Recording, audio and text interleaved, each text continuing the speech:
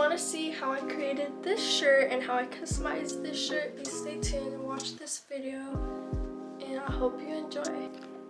This is the shirt I'll be customizing. It's just a simple, I'm not sure, baseball tee.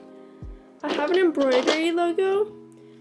I paid someone on Fiverr to do this for me. I made this like image itself, which was so simple. And this shirt is just an H&M shirt, but I just don't wear it. I don't wear the color white, and it has a weird fit to it slightly, but I made this test patch earlier today right before work, and I wanted to do it here, but then I was like, that's a little too low. I'm gonna do it up here, and I already marked the center. I measured out the patch. The embroidery machine already has like perfect measurements, so it makes it super easy.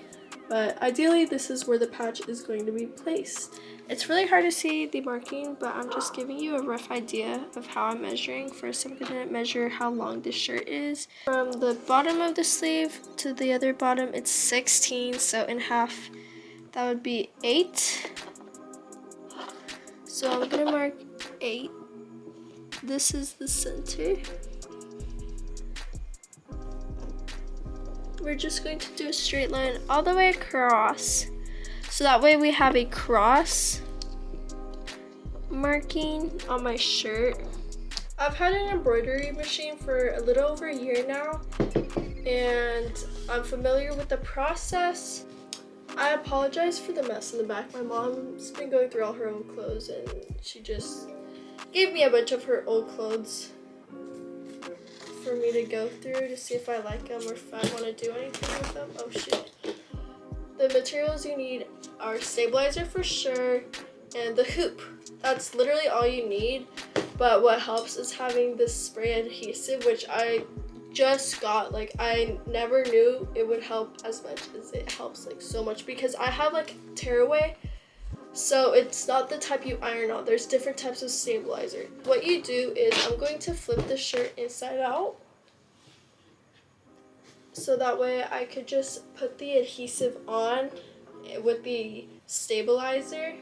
Before, I would just try to hoop with the stabilizer, and the stabilizer would move around so much, and it was so annoying. And I was like, wow, this is so difficult, and it's really not as difficult as I thought it was, like especially having this spray adhesive. So you just spray it on. It's meant for fabric too, and literally here it says machine embroidery. So I'm just going to apply it on. It's not like glue, and it's not permanent, so that's what I like about it. So the stabilizer is on, and then you're gonna have two parts to the hoop.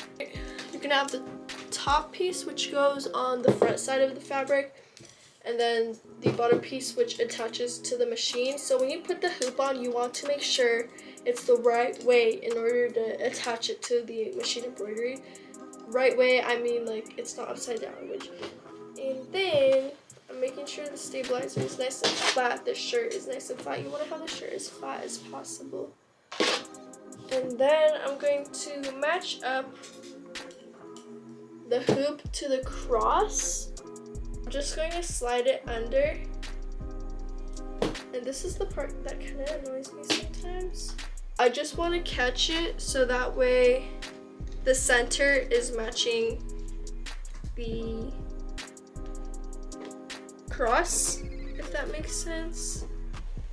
Here, the shirt is hooped on, or the hoop is on the shirt. I don't know the correct terms, but now from this process, we're going to go attach it to the machine. Now, this is the machine. We have to actually flip this so that way the shirt doesn't get caught. You don't want the shirt to get caught. I'm gonna press rotate 90 degrees. Okay. And then this, we could check how and where it's going to be. So this is the top right corner, bottom, which matches up with the cross. This should match up with the line, which it does. Just making sure it matches up. So it does match up. And then before anything, I'm going to switch this to black thread. putting the presser foot down, and I'm just gonna press embroider. And now this button is green. I'm just gonna press it and it's going to start.